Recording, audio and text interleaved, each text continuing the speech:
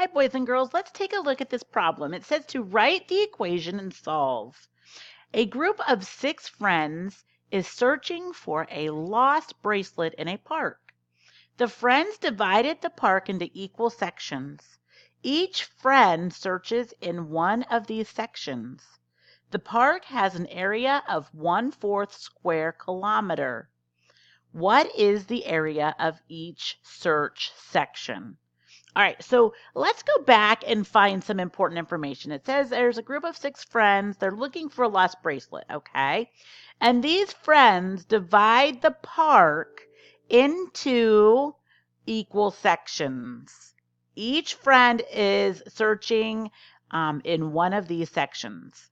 The park has an area of 1/4 square kilometers. So if I were doing this, and I can't highlight, but if I could, I would highlight this 1/4 square kilometers, and there's 6 friends, so 6 sections. So I'm going to take the 1/4 square kilometers, that's the total of the park, and I'm going to divide it by 6.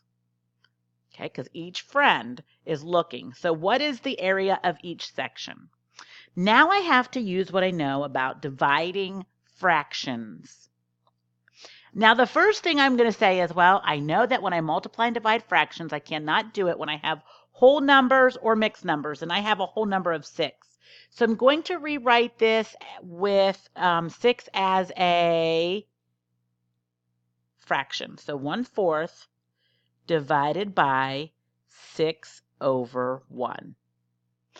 Next, I'm going to follow my rules of KFC. I always think of that when I'm doing dividing with fractions. Okay, so I'm going to keep my first fraction, 1/4. Okay, so keep. I'm going to flip my second fraction, so I find the reciprocal, 1/6. And then I'm going to change my division to multiplication.